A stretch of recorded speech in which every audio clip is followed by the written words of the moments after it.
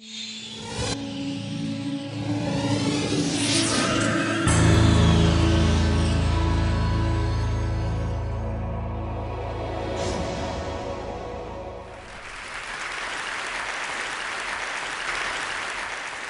was here 4 years ago, and I remember at the time that the talks weren't put online. I think they were given to TEDsters in a box set of DVDs, which they put on their shelves, where they are now. And actually, Chris called me a week after I'd given my talk and said, "We're going to start putting them online. Could we put yours online?" I said, "Sure." And 4 years later, as he said, it's been seen by it's been downloaded 4 million times. So I suppose you could multiply that by 20 or something to get the number of people who've seen it. And as Chris says, there is a hunger for videos of me. You know.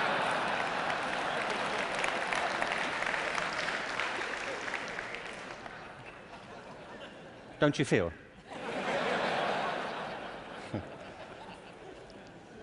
So this whole event has been an elaborate build-up to me doing another one for you, so here it is.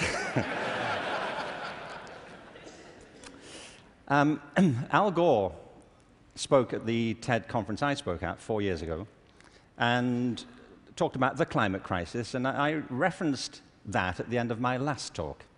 So I want to pick up from there, because I only had 18 minutes, frankly. And so as I was saying,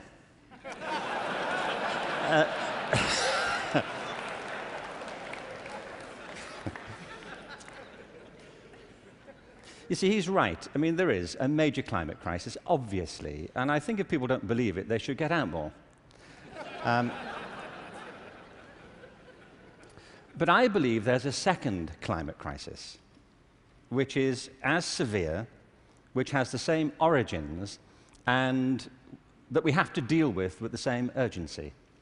And I mean by this, and you may say, by the way, look, I'm good. You know, I have one climate crisis. I don't really need the second one. But this is a crisis of not natural resources, though I believe that's true, but a crisis of human resources. I believe fundamentally, as many speakers have said during the past few days, that we make very poor use of our talents. Very many people go through their whole lives having no real sense of what their talents may be, or if they have any to speak of. I meet all kinds of people who don't think they're really good at anything. Actually, I kind of divide the world into two groups now. Jeremy Bentham, the great utilitarian philosopher, once spiked this argument. You know, he said there are two types of people in this world: those who divide the world into two types, and those who do not. Well, well, I do. And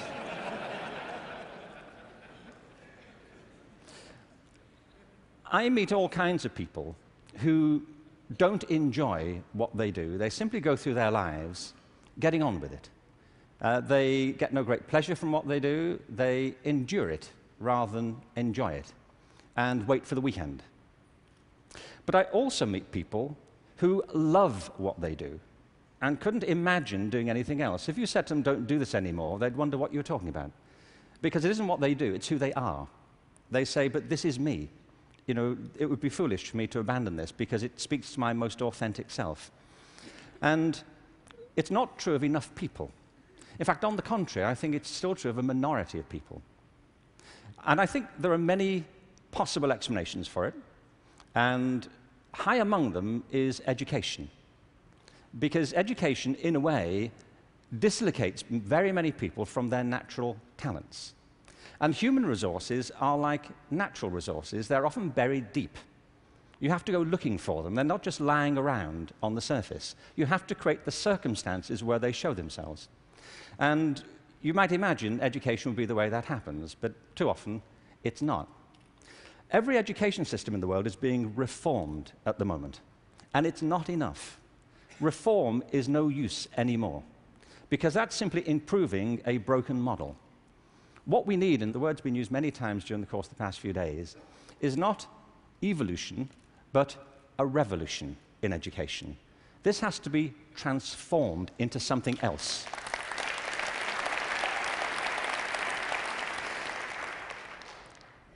One of the real challenges is to innovate fundamentally in education.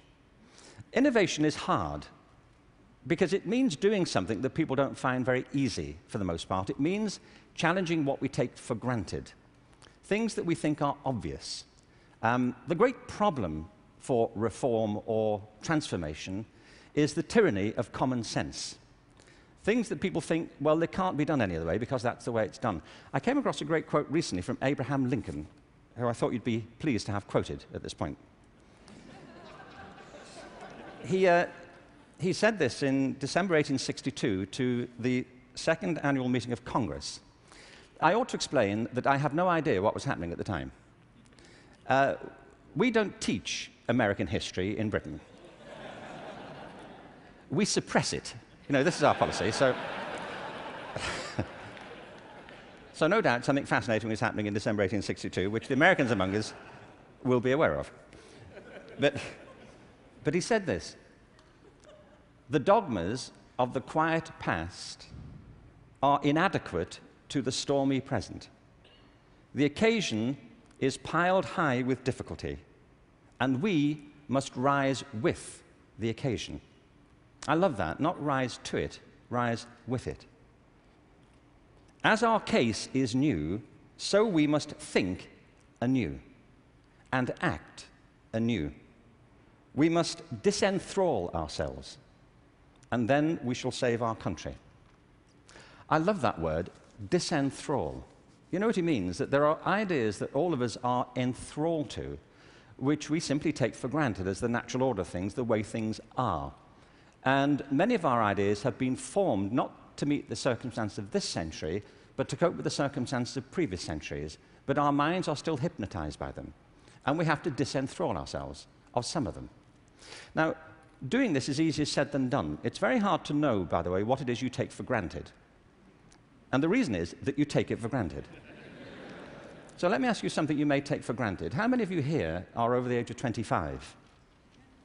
That's not what I think you take for granted. I'm sure you're familiar with that already. But are there any people here under the age of 25? Great. Now, those over 25, could you put your hands up if you're wearing a wristwatch? Now, that's a great deal of us, isn't it? Ask a room full of teenagers the same thing. Teenagers do not wear wristwatches. I don't mean they can't or they're not allowed to. They just often choose not to. And the reason is, you see, that we were brought up in a pre-digital culture, those of us over 25, and so for us, if you want to know the time, you have to wear something to tell it. Kids now live in a world which is digitized, and the time for them is everywhere. They see no reason to do this. And by the way, you don't need to do it either. It's just that you've always done it, and you carry on doing it. My daughter never wears a watch. My daughter Kate, who's 20, she doesn't see the point. You know, as she says, you know, like, it's a single-function device. You know, like how lame is that? You know, and I say, no, it tells the date as well. You know, it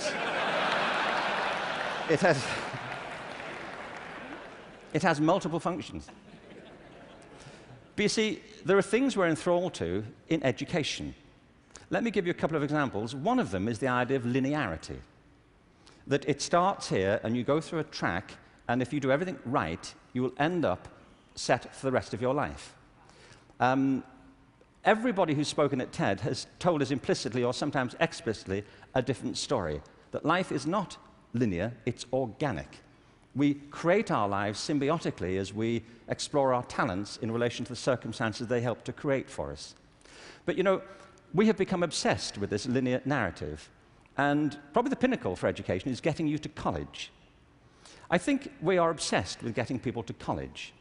Certain sorts of college. I don't mean you shouldn't go to college, but not everybody needs to go, and not everybody needs to go now. Maybe they go later, not right away. I was up in San Francisco a while ago doing a book signing. There was this guy buying a book. He was in his 30s, and I said, "What do you do?" And he said, "I'm a fireman." And I said, "How long have you been a fireman?" He said, "Always. I've always been a fireman." And I said, "Well, when did you decide?" He said, "As a kid." He said, "Actually, it was a problem for me at school, because at school, everybody wanted to be a fireman." He said, "But I wanted to be a fireman." You know, and he said, "When I got to the senior year of school, my teachers didn't take it seriously. This one teacher didn't take it seriously." He said, "I was throwing my life away if that's all I chose to do with it. That I should go to college, I should become a professional person, I had great potential, and I was wasting my talent to do that. And he said it was humiliating because he said it in front of the whole class, and I really felt dreadful. But it's what I wanted. And as soon as I left school, I applied to the fire service, and I was accepted. And he said, you know, I was thinking about that guy recently, just a few minutes ago when you were speaking about this teacher. He said, because 6 months ago, I saved his life. He said he was in a car wreck, and I pulled him out, gave him CPR, and I saved his wife's life as well. He said, I think he thinks better of me now.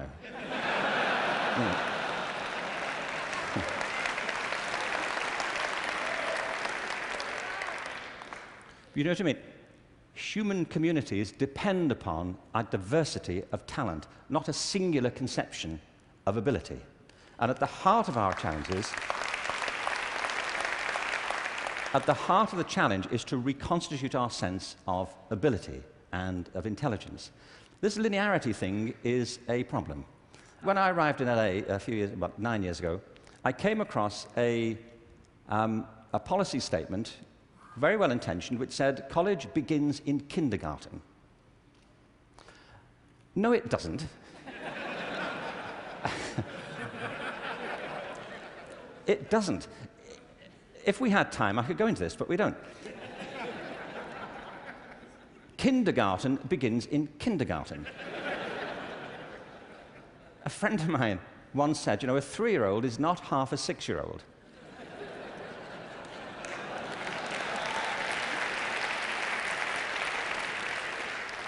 They're 3. But as we just heard in this last session, there's such competition now to get into kindergarten, to get to the right kindergarten, that people are being interviewed for it at 3.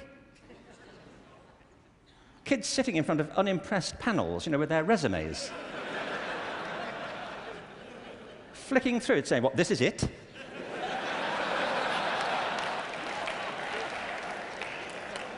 You've been around for 36 months, and this is it. You know,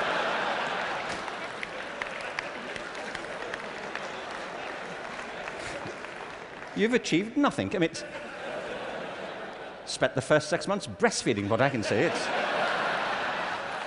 I mean, see, it's outrageous as a conception, but it tracks through. The other big issue is conformity. We have built our education systems on the model of fast food. This is something Jamie Oliver talked about the other day. You know, there are 2 models of quality assurance in catering. One is fast food, where everything is standardized. The other are things like Zagat and Michelin restaurants, where everything is not standardized. They're customized to local circumstances. And we have sold ourselves into a fast food model of education. And it's impoverishing our spirits and our energies as much as fast food is depleting our physical bodies.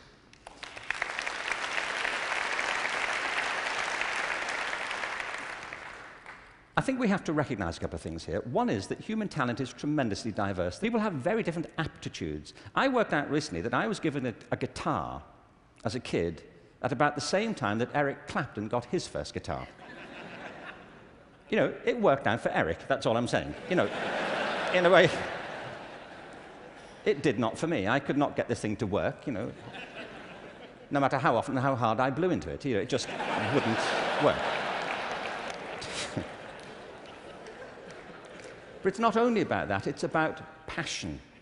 Often people are good at things they don't really care for. It's about passion and what excites our spirit and our energy. And if you're doing the thing that you love to do, that you're good at, time takes a different course entirely. My wife's just finished writing a novel, and I think it's a great book. But she disappears for hours on end. You know this. If you're doing something you love, an hour feels like 5 minutes. If you're doing something that doesn't resonate with your spirit, 5 minutes feels like an hour. And the reason so many people are opting out of education is because it doesn't feed their spirit. It doesn't feed their energy or their passion. So I think we have to change metaphors. We have to go from what is essentially an industrial model of education, a manufacturing model, which is based on linearity and conformity and batching people. We have to move to a model that is based more on principles of agriculture. We have to recognize that human flourishing is not a mechanical process, it's an organic process. And you cannot predict the outcome of human development. All you can do is, like a farmer, is create the conditions under which they will begin to flourish. So when we look at reforming education and transforming it, it isn't like cloning a system. There are great ones, like KIPS. It's a great system. There are many great models. It's about customizing them to your circumstances and personalizing education to the people you're actually teaching. And doing that, I think, is the answer to the future, because it's not about scaling a new solution. It's about creating a movement in education in which people develop their own solutions, but with external support based on a personalized curriculum. Now, in this room, there are people who represent extraordinary resources in business, in multimedia, in the internet. These technologies, combined with extraordinary talents of teachers, provide an opportunity to revolutionize education. And I urge you to get involved in it, because it's vital not just to ourselves, but to the future of our children. But we have to change from the industrial model to an agricultural model where each school can be flourishing tomorrow. That's where children experience life, or at home if that's where they choose to be educated with their families or their friends. There's been a lot of talk about dreams over the course of this few days. And I wanted just to, very quickly, I was very struck by Natalie Merchant's songs last night, recovering old poems. I wanted to read you a quick, very short poem from W.B. Yeats, who some of you may know.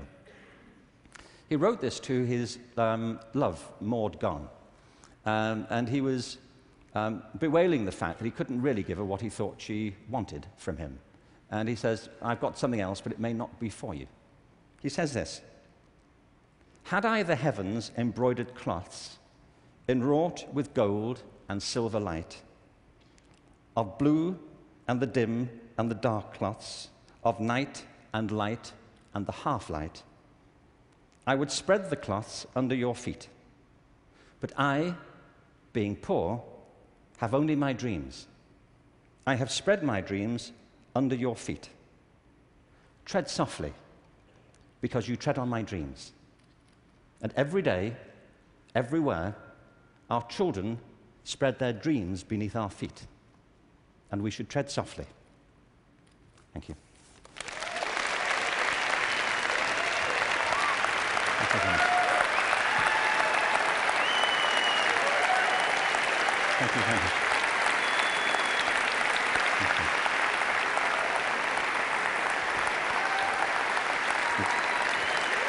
Thank you very much.